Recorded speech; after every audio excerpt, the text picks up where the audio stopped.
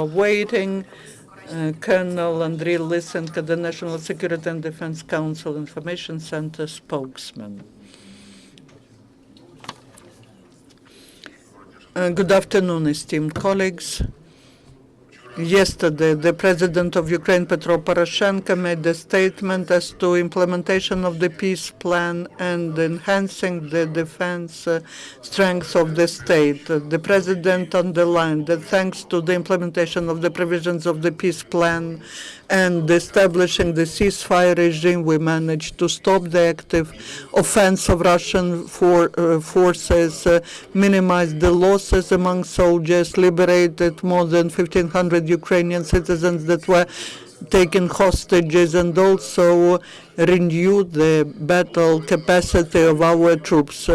The units were rotated, the troops received new and repaired equipment. The plants which supply military equipment to the army work 3 shifts. Also, thanks to the ceasefire on the most of the territory of ATO, we managed to build the whole system of fortifications to localize terrorist threats and prevent its expansion to other regions of Ukraine. The task is to establish the silence regime, which is still violated by terrorists, withdrawal of heavy weaponry with the caliber above 100 kilometers from the line of separation, and is to establish 30-kilometer security zone and establish the real control over Ukrainian-Russian border.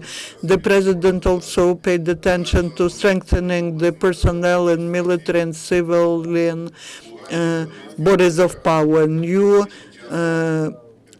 regional heads in Lugansk and Donetsk regions have been appointed. In the nearest future, the new head of the Ministry of Defense and State Border Service will be appointed. We expect that the President will submit the candidate for the Ministry of Defense today.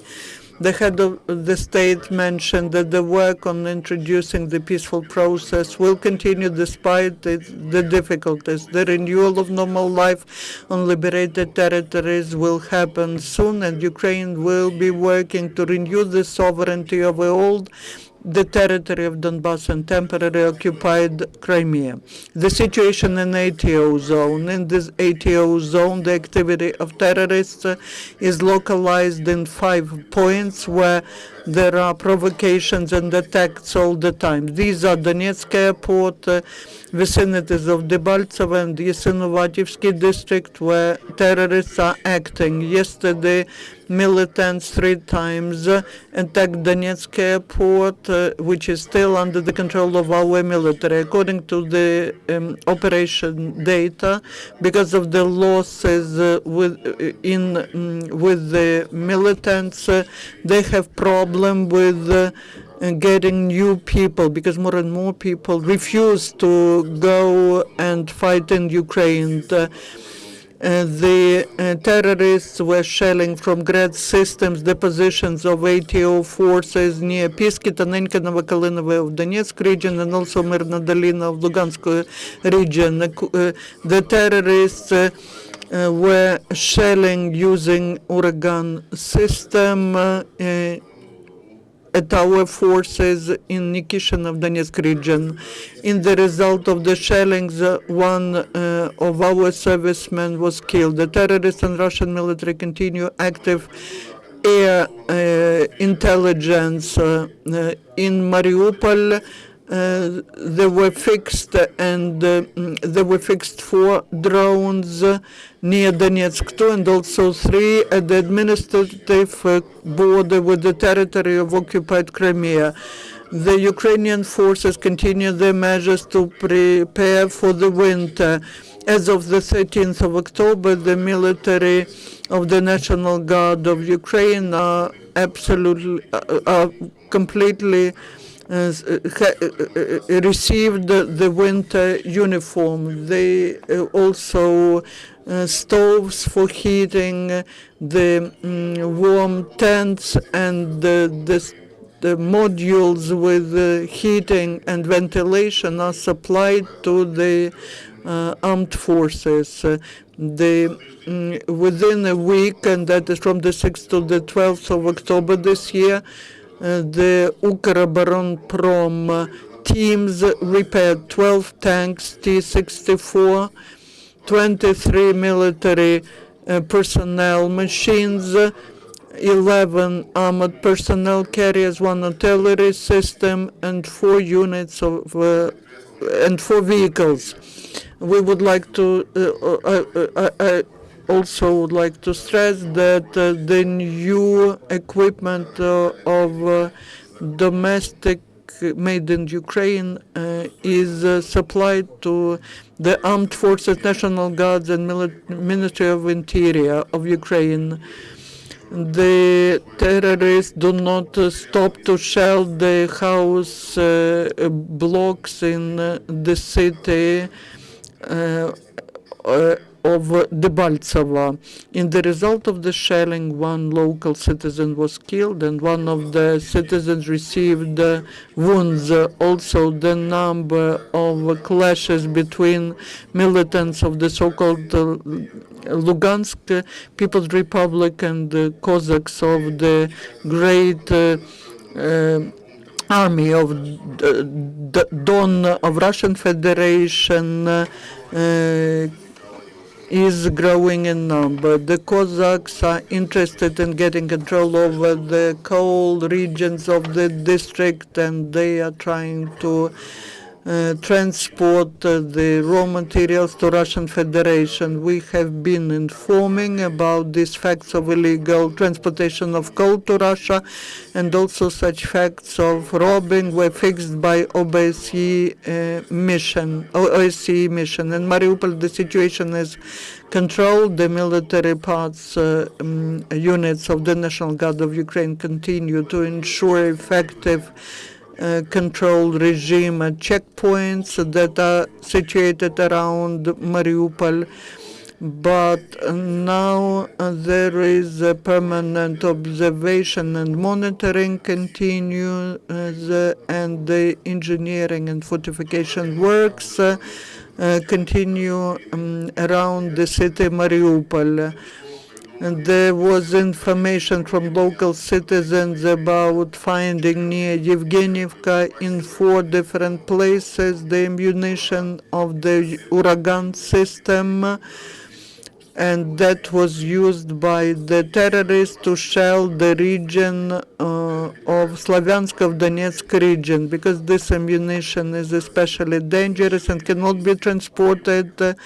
The emergency situation personnel destroyed them, and there was no danger for the peaceful citizens during this operation. Today in Brovary district of Kiev region, there will be the official transfer to Ukrainian side of German humanitarian assistance. As we informed on the 8th of October, the 112 trucks with humanitarian load were sent to the territory of Ukraine, which included 3 mobile temporary settlements which are equipped to live in the winter period. Gilite mentioned that the Russian troops are withdrawing from the territory of Ukraine. Do you have this information? We have information that the military units which were arriving to the state border of Ukraine, they were located in field camps, and now we see their movement. And they are getting ready to go back to the places of their permanent dislocation.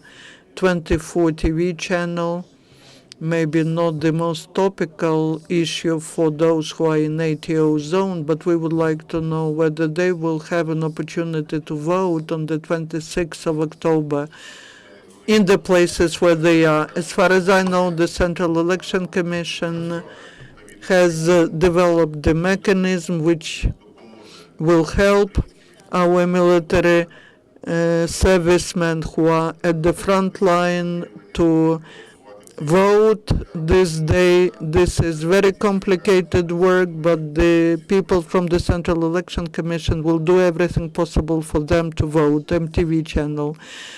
The fact that Russia withdraws its troops from the border, will it lead to a de-escalation of the conflict? How will the situation in Ukraine develop? Will they stop supplying militants to Ukraine? Or is it like the signal that the war is over? The withdrawal of regular troops from the border of Ukraine is a positive process, but this does not influence sending to the territory of Ukraine via non-controlled sections of the border the mercenaries who are trained in the field camps of Russia. We observe the progress because they do not send people in big numbers, but withdrawal of military troops, especially aviation and armored equipment from the border of Ukraine, is a positive process, and that influences the de-escalation or reducing tension in the region. International Charity Foundation,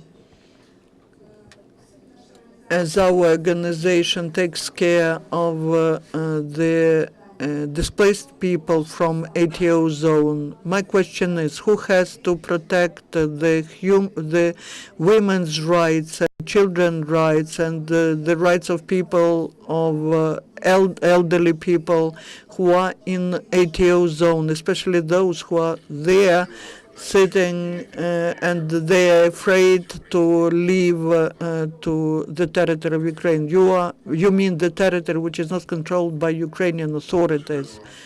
We live in legal state and law respecting state. The territory of Ukraine is still the same, but there is still the danger for our citizens who are on the territories of Ukraine, which are not under the control of Ukrainian authorities. As you know, there is a peace plan introduced by the president of Ukraine.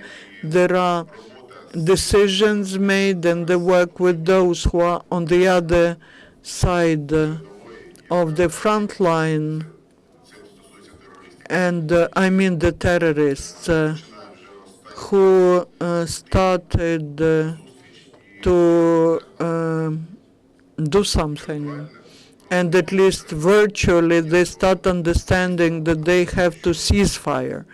And we state that the intensity goes down.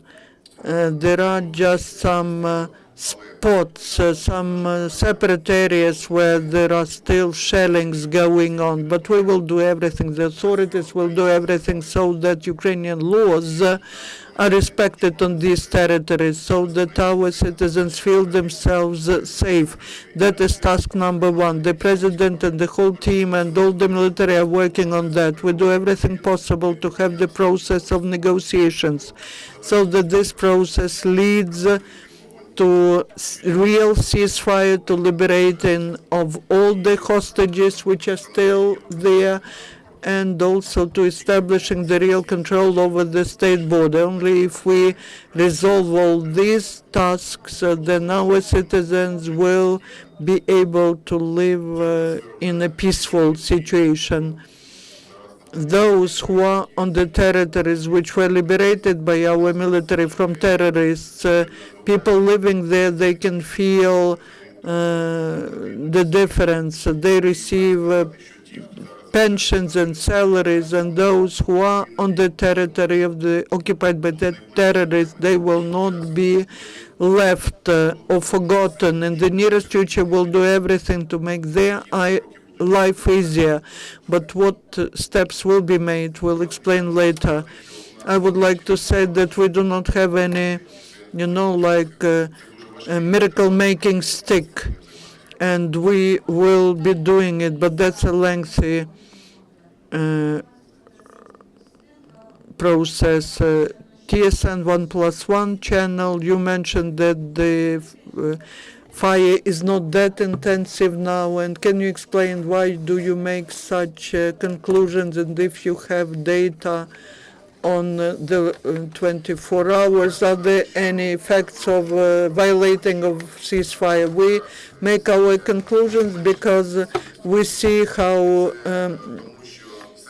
less and less they are using the barrel artillery and Grad systems. There are smaller territories which are shelled. If we are talking about shelling, you need to understand how intensive the shelling is. You can 3 times a day shell from a machine gun, or you can shell using the Grad system, or we're talking about the density. So now we see that they are using less and less heavy artillery, they are using less Grad systems, and they are shelling at a smaller number of territories. Unless there are no more questions, thank you. You will be able to ask more questions after the press conference, because the next press conference is being ready, and in half an hour we have a round table on